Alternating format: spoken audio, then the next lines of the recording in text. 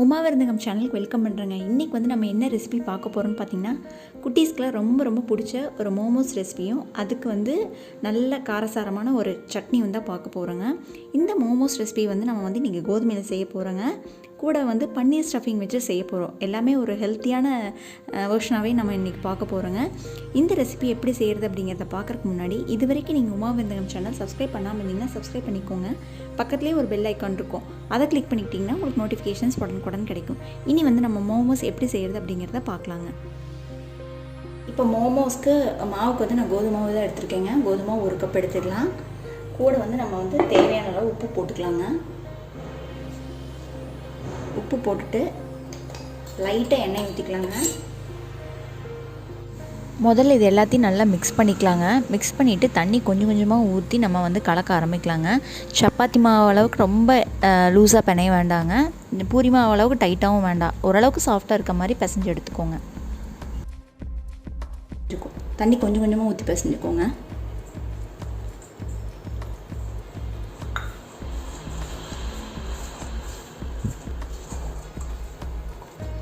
போதுங்க, நீ தண்ணி ஊற்ற வேண்டாம். இதுலேயே நம்ம வந்து கலக்கிட்டோன்னா கரெக்டாக இருக்குங்க. பாருங்கள், இந்த பதத்துக்கு நீங்கள் பிணைஞ்சிக்கோங்க. கொஞ்சம் எண்ணெய் தடவி நம்ம அப்படியே க்ளோஸ் பண்ணி வச்சிடலாங்க. ஒரு 15 to 20 மினிட்ஸ் அப்படியே இருக்கட்டுங்க. அதுக்குள்ளே நம்ம ஸ்டஃபிங் வந்து ரெடி பண்ணிடலாம்.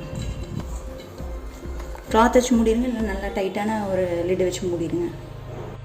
மோமோஸ் சட்னிக்கு பார்த்திங்கன்னா நான் வந்து 2 தக்காளி பழத்தை எடுத்திருக்கேங்க. ஒரு 4 வரமிளகா, ஒரு 5 பல் பூண்டு. இதை வந்து ஒரு 10 நிமிஷம் தண்ணியில் போட்டு நல்லா கொதிக்க வச்சு வச்சுருக்கேங்க. வேக வச்சு வச்சுட்டேன். இதை வந்து நம்ம இங்கே அரைச்சி இந்த சட்னி வந்து ரெடி பண்ணிடலாங்க. கூட வந்து நம்ம உப்பும் சர்க்கரையும் போட்டு நம்ம அரைச்சிக்கலாங்க. தோல் எடுத்துகிட்டு நம்ம அரைச்சிக்கலாங்க.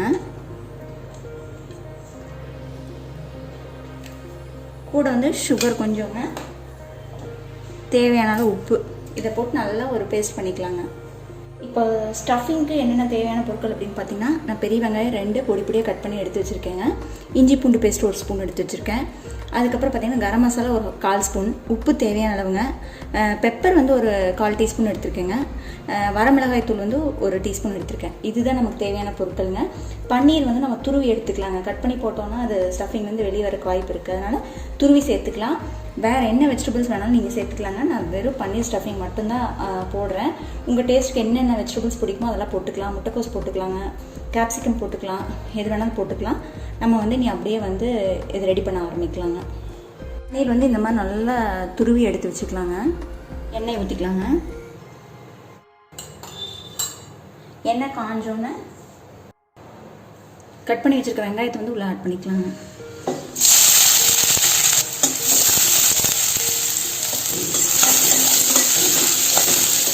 இது நல்லா பொன்னிறமான வரைக்கும் வதக்கிக்கலாங்க. சட்னி வந்து அரைச்சி எடுத்தாச்சுங்க. சட்னி வந்து ரெடி ஆயிடுச்சு. செம்ம டேஸ்டியாக இருக்குது. இதை வந்து ஒரு பவுலுக்கு மாற்றிக்கலாங்க.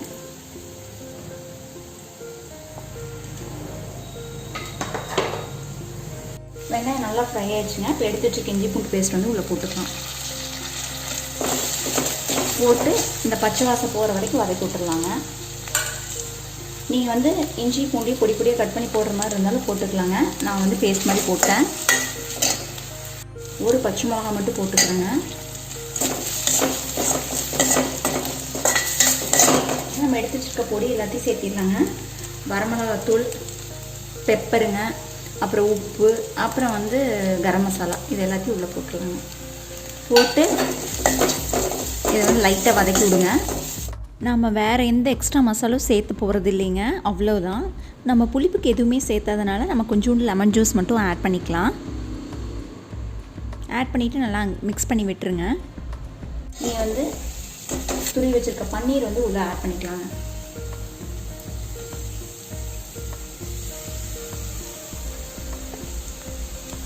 பன்னீர் வந்து அந்த மசாலாவோட கோட் ஆகிற வரைக்கும் அடுப்புலேயே இருக்கட்டுங்க. அதுக்கப்புறம் நம்ம சுவிட்ச் ஆஃப் பண்ணிக்கலாம். நம்ம ஸ்டஃபிங் வந்து ரெடி ஆயிடுச்சுங்க. 2 நிமிஷம் ஆயிடுச்சு. இனி வந்து நம்ம ஸ்விட்ச் ஆஃப் பண்ணிவிட்டு மாவு வந்து தேய்க்க ஆரம்பிச்சிடலாங்க. மாவு வந்து ஒரு 2 நிமிஷம் பிணைஞ்சிடலாங்க.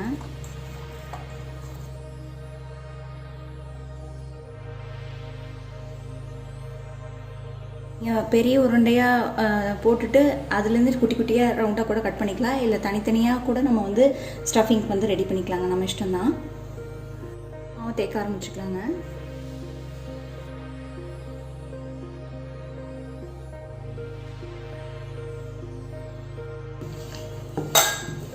நல்லா லேசாக தேய்ச்சிக்கோங்க. கோதுமை மாவு முதலே கொஞ்சம் கெட்டியாக தான் இருக்கும். நம்ம ரொம்ப கெட்டியாக தேய்ச்சிட்டோம்னா அப்புறம் சாஃப்டாகவே இருக்காது. போதும், நல்லா தேய்ச்சாச்சுங்க. இனி வந்து நம்ம வந்து ஷேப்ஸ் வந்து இந்த மூடி வச்சு போட்டுக்கலாங்க. இந்த மாதிரி மூடி ஒன்று எடுத்துகிட்டு அதில் வந்து நம்ம கட் பண்ணிக்கலாங்க.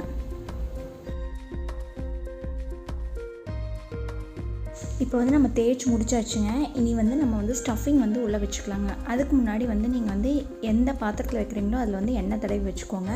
ஸ்டீமர் இருந்துன்னா அதை எடுத்துக்கோங்க, இல்லை இட்லி பாத்திரத்தில் கூட நம்ம வச்சுக்கலாங்க. நல்லா எண்ணெய் தடவி வச்சுக்கோங்க. வச்சுட்டு நம்ம ஸ்டஃபிங் வந்து எடுத்து வச்சுக்கலாங்க. எந்த ஷேப்பில் வேணாலும் பண்ணலாங்க. நிறைய ஷேப்ஸ் இருக்குது. நான் ஒரு 3 ஷேப் மட்டும் உங்களுக்கு வந்து எப்படிங்கிறத காமிக்கிறேங்க. சாரிக்கு ஃப்ளீட் எடுப்போம் இல்லைங்களா, அந்த மாதிரி பக்கம் பக்கமாக நல்லா ப்ரெஸ் பண்ணி நம்ம வந்து மடிச்சு விட்டு அப்படியே அமுத்தி விட்டுட்டே வரலாங்க. ஃபுல்லாக அந்த மாதிரி பண்ணதுக்கப்புறமா நம்ம வந்து சீல் பண்ணிக்கலாங்க. நல்லா டைட்டாக அமுத்தி சீல் பண்ணிக்கோங்க. அப்போ தான் வந்து ஸ்டஃபிங் வந்து வெளியே வராதுங்க. அவ்வளோதாங்க. இது வந்து யூஸ்வலாக இருக்கிற ஷேப்பு இது.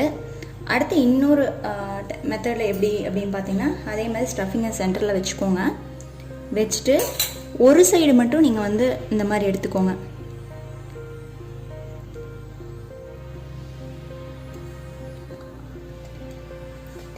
பண்ணிவிட்டு இதை அப்படியே சீல் பண்ணிக்கலாங்க. இது ஒரு மெத்தடுங்க. இது ஒரு மெத்தடு. இது ஒரு மெத்தடு.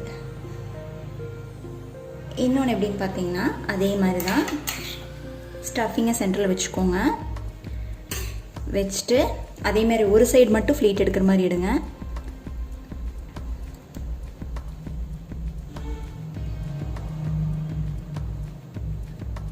எடுத்துட்டு இதை அப்படியே சீல் பண்ணுங்க. நல்லா அமுத்தி விட்டுருங்க, ப்ரெஸ் பண்ணி விட்டுருங்க. அடுத்தது இந்த 2 எட்ஜையும் நீங்கள் வந்து ஜாயின் பண்ணிடுங்க. இது ஒரு ஷேப்புங்க. அவ்வளோதான். உங்களுக்கு பிடிச்ச ஷேப்பில் நீங்கள் எல்லாத்தையும் பண்ணி வச்சுக்கலாங்க.